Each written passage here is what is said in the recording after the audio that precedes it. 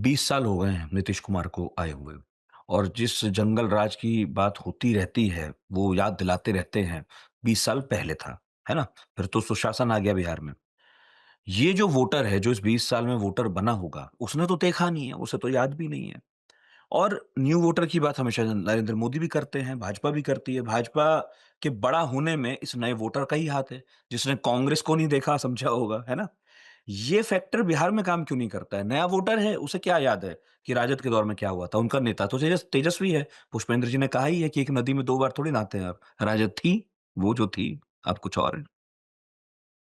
NDA का हर चुनाव में लगभग पूरा फोकस हो जाता है कि वो लोगों को जंगल राज के बारे में बताए, ज़्यादा से ज़्यादा वो याद दिलाए, क्योंकि उनको मालूम है कि उन्होंने कोई ऐसा बहुत महत्वपूर्ण काम कर नहीं दिया है जिसके आधार पर वोट मिल जाए। कई बार ऐसा भी होता है कि काम के आधार पर ही वोट मिलते हैं, लेकिन एक उनको मालूम है कि एक वर्ग जो है डरेगा तभी वोट करेगा, इसलिए हुँ, वो बार-बार उसका ज़िक्र करते हैं। और ऐसा नहीं है कि वो जो घटनाएँ हैं, मतलब जंगल राज जो है राजद के समय का, वो खत्म हो गया तो बीत गया। अभी जो मैंने पंचायत की बात बताई, पंचायतों में, गाँव में जो इस तरह की घटनाएँ होती है, अभी भी आप देखिए कि जो अति पिछड़ी जातियाँ हैं और जो राजद समर्थक जातियाँ हैं, उनके बीच में तालमेल नहीं बना है, अभी भी नहीं बना। और जैसे 2015 में भी नीतीश कुमार और राजद ने मिलकर सरकार चलाई, और फिर बाद में भी 2020 के चुनाव के बाद भी दोनों साथ आए। तो राजद के जो समझदार नेता थे, वो बार-बार कहते थे कि नीतीश कुमार और तेजस्वी को साथ-साथ काम करना चाहिए, और ताकि अ, दोनों के वोटों के बीच में एक आस्था हो कि अब वो तनाव नहीं होगा। डरते हैं लोग, राजद के समर्थकों से जो अति पिछड़ी जाति है डरती है। जैसे मोकामा में एक उदाहरण अगर हम लेते हैं, मोकामा में हुँ, जो अभी घटना हुई, बहुत खराब घटना हुई, और पूरा आरोप अनंत सिंह पर गया। अनंत सिंह जेल भी गए और हत्या की दुलार चंद यादव की। ऐसी परिस्थिति में बहुत स्वाभाविक था, जो एक जनसुराज के प्रत्याशी जैसे पीयूष हैं, उन पीयूष। धानुक जाति से हुँ, हैं। धानुक जाति की और जाति में एक गठजोड़ होया था। लेकिन जब मैं गया तो वहाँ के एक मतदाता, धानुक मतदाता से मैंने बात की, तो उसने कहा कि ये मेरी तलहट देखते हैं, इस तलहट पर क्या धान उग सकता है? तो मैंने कहा नहीं। तो उसने कहा कि जिस तरह से तलहट पर धान नहीं उग सकता है, उस तरह से यादव और धानुक एक नहीं हो सकते। और राजद के बीच में ये बहुत बड़ा कंसर्न है।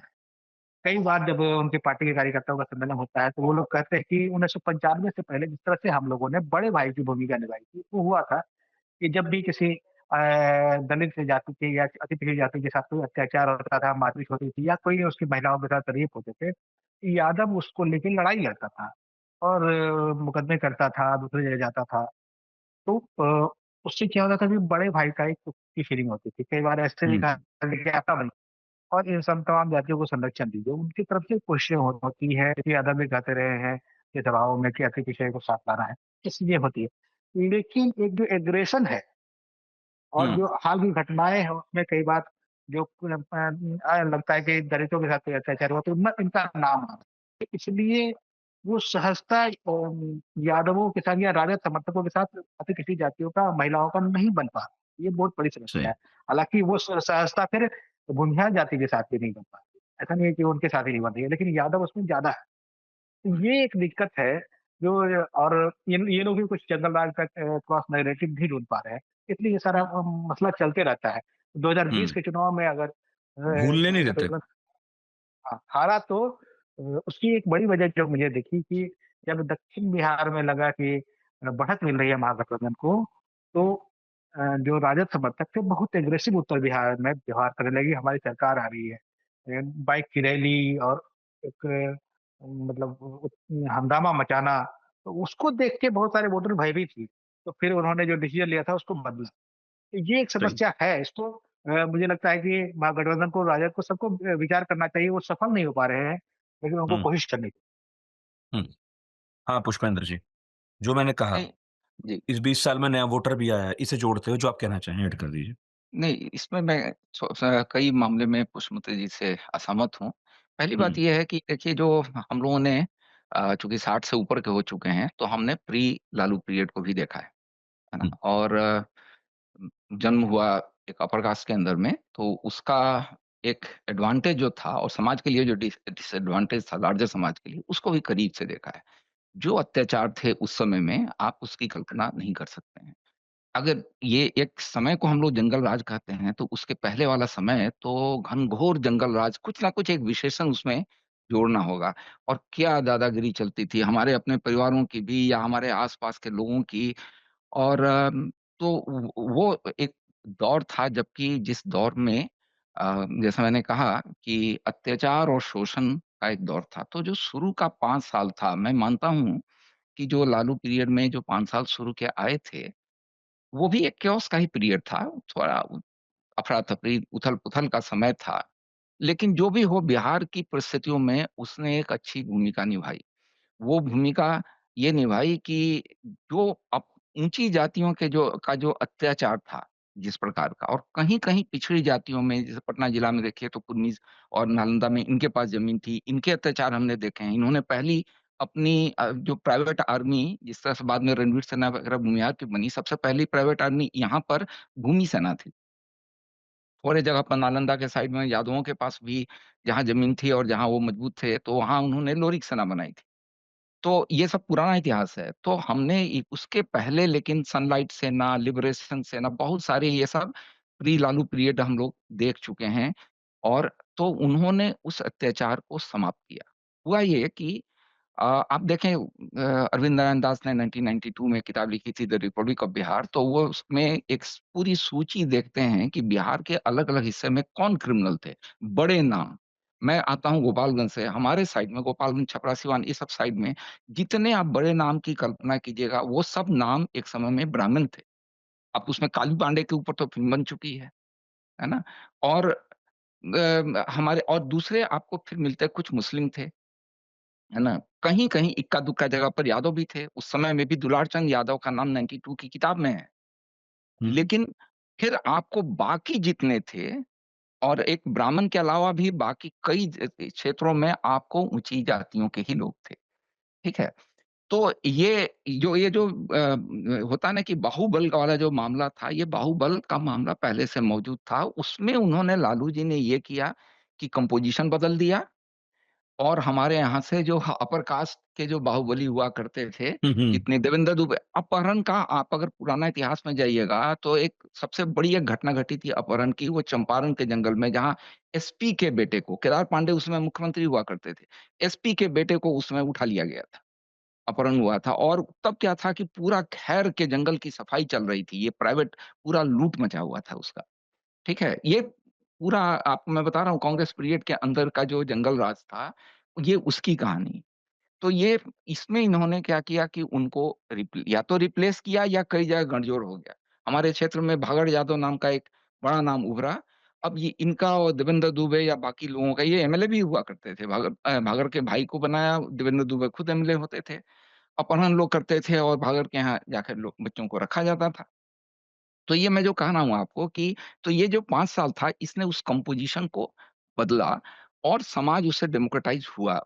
लेकिन क्या हुआ कि इसके आगे बढ़ना चाहिए था। अब जो सत्ता ने एक बड़ी भूमिका निभाई कि पुराने जो दबदबे थे उसको तोड़ा, तो उसने अब नए दबदबे को बढ़ते रहने दिया, जो कि बाद में अपहरण और उस राज, जब हुँ। जंगल राज बोलते हैं तो उसमें मूल रूप से देखिएगा तो इन स्टेट का इनेक्शन और अपहरण, ये इमेज ज़्यादा आता है ना? एक खास तरह का ये क्राइम था। इकोनॉमिक क्राइम भी थे लेकिन कम थे, ज़्यादा यही क्राइम था।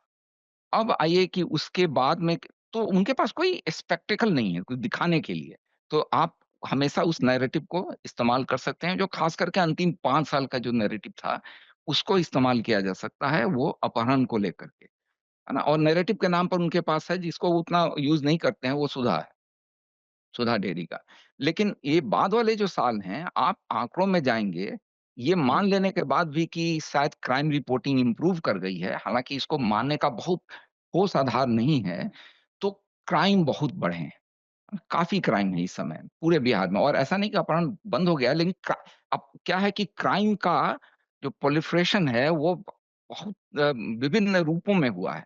तो वो जो कि सेंसेशन पैदा करता है, एक क्राइम जो कि जिसका कि एक विज़ुअल बनता है, जिसका कि ऑप्टिक्स है या स्पेक्टेकल है, वो क्राइम नहीं, बल्कि हुँ। जीवन हर मामले में, क्षेत्र में क्राइम इंक्लूडिंग इकोनॉमिक क्राइम और बाकी जो बाहुबल है, वो तो आप दुलार चंद और अनंत सिंह की घटनाओं से ही आपने देखा। तो ये सारा कुछ एक-एक बाहुबली जहाँ पर है, वो सब हुँ, कुछ हुँ, हुँ। बना हुआ है। तो सही। अब लेकिन इसमें फ़र्क यही है कि यहाँ पर कुछ एस्पेक्ट है, आपको बड़े-बड़े फ्लाईओवर्स हैं, बड़े-बड़े पुल हैं और यहाँ की भाषा में इकोनॉमिक शब्दावली में आम जनता तक 4 लेन, 6 लेन एक नई शब्दावली बन गई है ना? अब कोई ये नहीं पूछता है कि उस पे ट्रैफिक डेंसिटी कितनी है? हुँ, ट्रैफिक डेंसिटी इस 4 लेन या 6 लेन पर कम क्यों है? क्योंकि और उसमें भी खास तौर से कमर्शियल ट्रैफिक डेंसिटी कितनी है? क्योंकि 4 लेन और 6 लेन की कहाँ ज़रूरत थी? सही बात है, किस उपयोगिता लिए क्या है? ज़रूरत थी? सामान्य लोगों के चलने के लिए केवल 4 लेन और 6 लेन नाम का इतना महँगी और एक्सप्रेसवे की ज़रूरत है? तो ये क्यों है? लॉन्ग डिस्टेंस हाईवे जो हैं वो बेहतर हो गए। बाकी आपने अभी मैंने कुछ वीडियोज़ देखे मोकामा के, आप ढूँढिएगा और वो वीडियोज़ देखिए उस पूरे क्षेत्र के और आपको रुलाई आती है जाकर हम माने आप दूर हैं तो आप देख सकते हैं, अगर फील्ड में जाइए हम तो अगर घूमते हैं, तो हर जगह मैं जहाँ रहता हूँ पटना के अंदर यहाँ की रुलाई आती है देख-देख कर के, कचड़े के बीच में, उसी में हम लोग जीते हैं, है ना? तो मैं ये अब आपको कहूँगा कि आज के डेट में सेलेक्टिव ढंग से लेकिन इंफ्रास्ट्रक्चर का डेवलपमेंट हुआ है।